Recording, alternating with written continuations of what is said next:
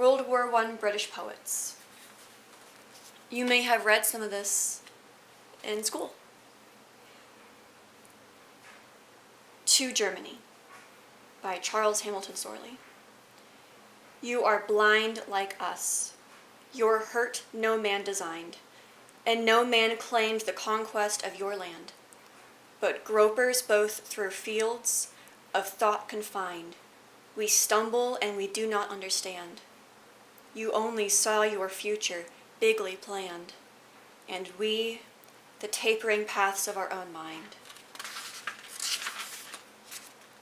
And in each other's dearest ways we stand, and hiss and hate, and the blind fight the blind. When it is peace, then we may view again with new won eyes each other's truer form, and wonder, grown more loving, kind, and warm, we'll grasp firm hands and laugh at old pain when it is peace. But until peace, the storm, the darkness, and the thunder, and the rain. When you see millions of the mouthless dead.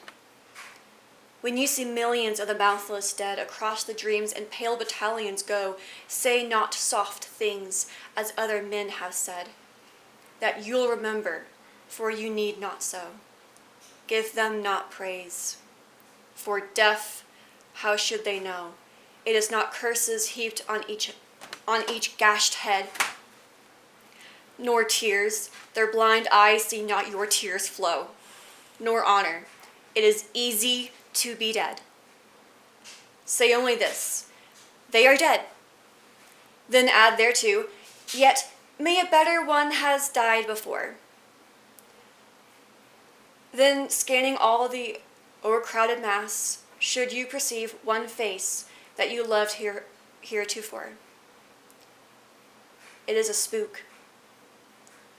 None wears the face you knew. Great death has made all of his forevermore.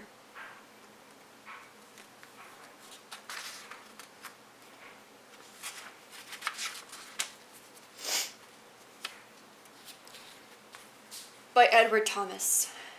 This is no case of petty right or wrong. This is no case of petty right or wrong, that politicians or philosophers can judge. I hate not Germans, nor grow hot with love of Englishmen, to please newspapers. Beside my hate for one fat patriot, my hatred of the Kaiser is love true. A kind of god he is, banging a gong. But I have not to choose between the two, or between justice and injustice. Dined with war and argument, I read no more than in the storm, smoking along the wind, athwart the wood, two witches' cauldrons roar. From one the weather shall rise clear and gay. Out of the other, an England beautiful, and like her mother that died yesterday. Little I know or care if, being dull, I shall miss something that historians can rake out of the ashes when perchance the phoenix broods serene above their ken. But with the best and meanest Englishmen, I am one in crying, God save England, lest we lose what never slaves and cattle blessed. The ages made her that made us from dust. She is all we know and live by, and we trust.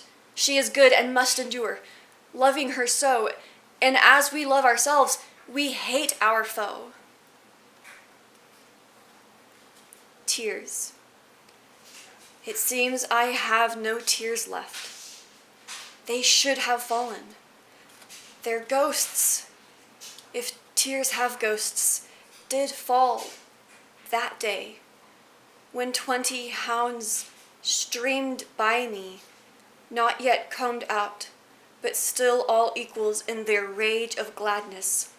Upon the scent made one like a great dragon, in blooming meadow that bends towards the sun, and one bore hops, and on the other day, when I stepped out from the double-shadowed tower into an April morning, stirring and sweet and warm, strange solitude was there and silence.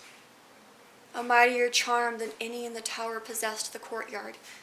They were changing guard, soldiers in line, young English countrymen, fair-haired and ruddy in white tunics, drums and fifes were playing, the British grenadiers. The men, the music piercing that solitude and silence told me truths I had not dreamed and had forgotten since their beauty passed. By John McCrae. In Flanders fields, it was a mud hole. In Flanders fields the poppies blow, between the crosses row on row, that mark our place, and in the sky the larks still bravely singing fly, scarce heard amid the guns below. We are the dead, short days ago. We lived, felt dawn, saw sunset glow, loved and were loved, and now we lie in Flanders field. Take up our quarrel with the foe. To you from failing hands we throw. The torch be yours to hold it high. If ye break faith with us who die, we shall not sleep, though poppies grow in Flanders fields.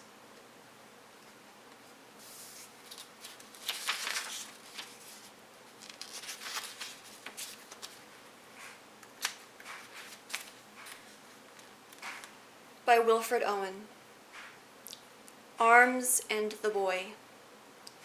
Let the boy try along this bayonet blade, how cold steel is, and keen with hunger of blood, blue with all malice like a madman's flash, and thinly drawn and famishing for flesh.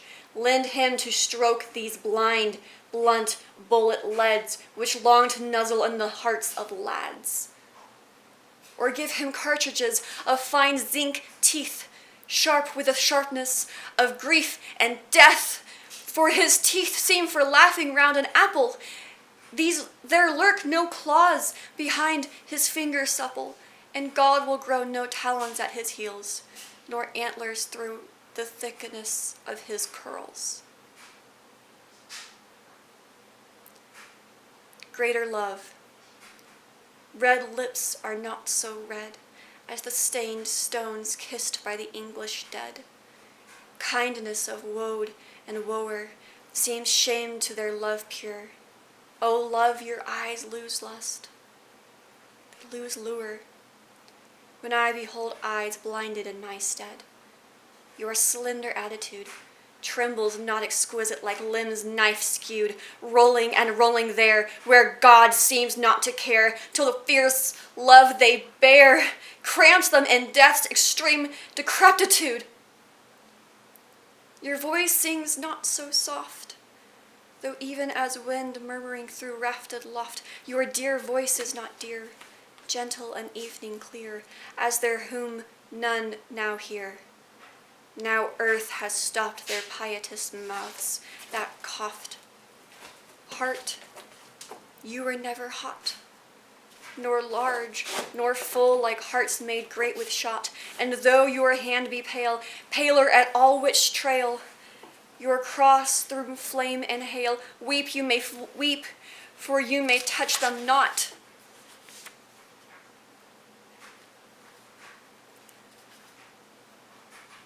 Dulce et decorum est.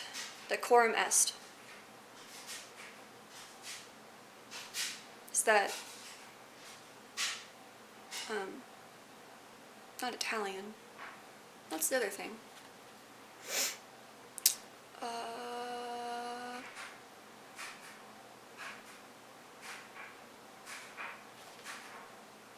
The dead language. Latin. There we go.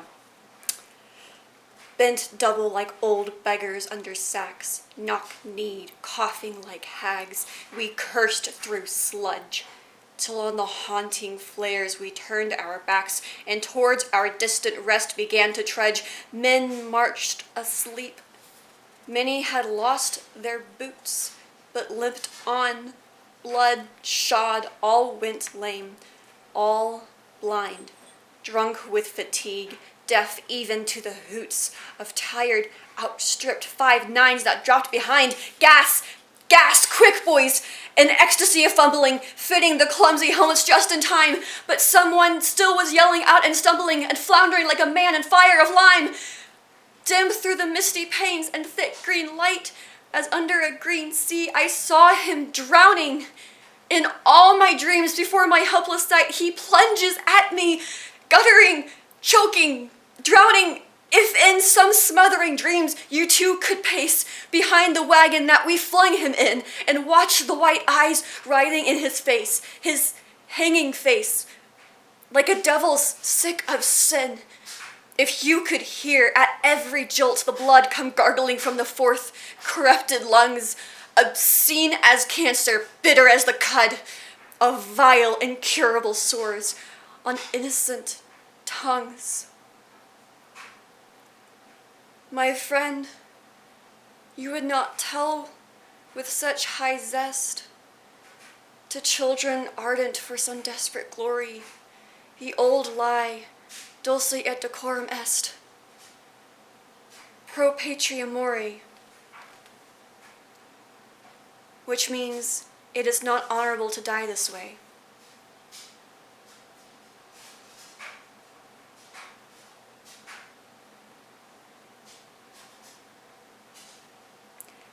Mental cases.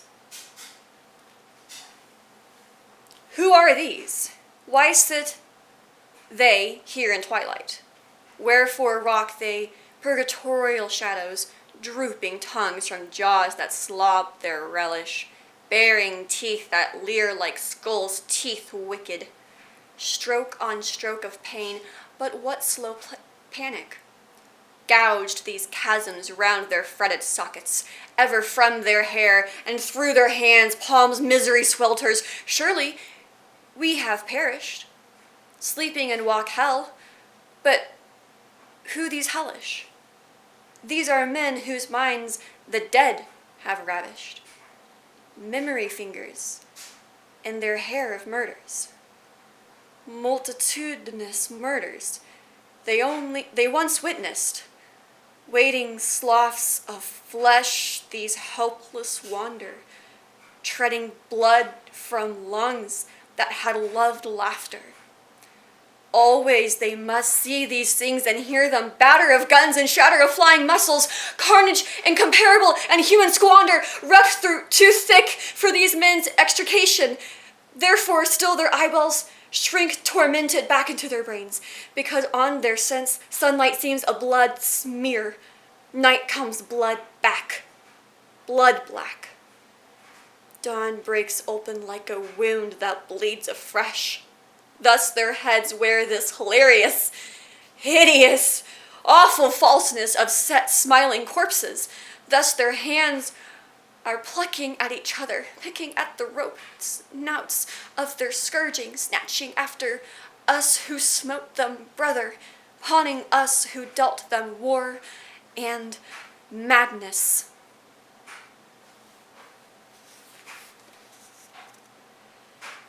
How much time do we have left? 6 minutes. Okay. Disabled. He sat in a wheeled chair, waiting for dark, and shivered in his ghastly suit of gray, legless, sewn short at elbow. Through the park, voices of boys rang saddening like a hymn, voices of play and pleasures after day, till gathering sleep had mothered them from him. About this time, town used to swing so gay, when glow lamps budded in the light blue trees, and girls glanced lovelier as their air grew dim.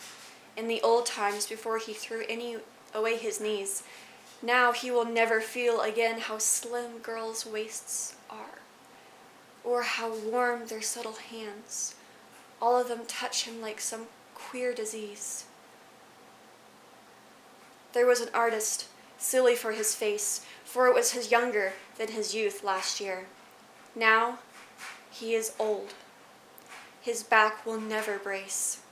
He's lost his color very far from here, poured it down shell holes till the veins ran dry.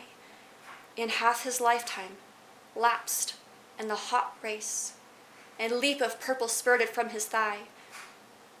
One time he liked a blood smear down his leg. After the matches carried shoulder high, it was after football, when he'd drunk a peg. He thought he'd better join. He wonders why. Someone had said he'd look a god in kilts. That's why. And maybe, too, to please his Meg. Aye, that was it. To please the giddy jilts. He asked to join. He didn't have to beg. Smiling, they wrote his lie. Aged 19 years. Germans he scarcely thought of, all their guilt, and Austria's did not move him. And no fears of fear came yet.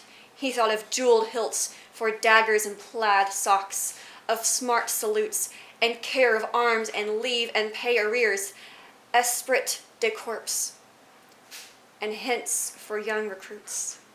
And soon he was drafted out with drums and cheers. Some cheered him home, but not as crowds cheer goal. Only a solemn man who brought him fruits, thanked him, and then inquired about his soul. Now, he will spend a few sick years in institutes and do what things the rulers consider wise, and take whatever pity they may dole. Tonight, he noticed how the woman's eyes passed from him to the strong men that were whole. How cold and late it is. Why don't they come and put him into bed? Why don't they come? Anthem for doomed youth. What passing bells for these who die as cattle? Only the monstrous anger of the guns. Only the stuttering rifle's rapid rattle can patter out their hasty orisons. No mockeries now for them, no prayers nor bells nor any voice of mourning save the choirs. The shrill, demented choirs of wailing shells and bugles calling for them from sad shires. What candles may be held to speed them all, not in the hands of boys, but in their eyes shall shine the holy glimmers of goodbyes. The pallor of girls' brows shall be their pall, their flowers and tenderness of patient minds, and each slow dusk a drawing down of lines.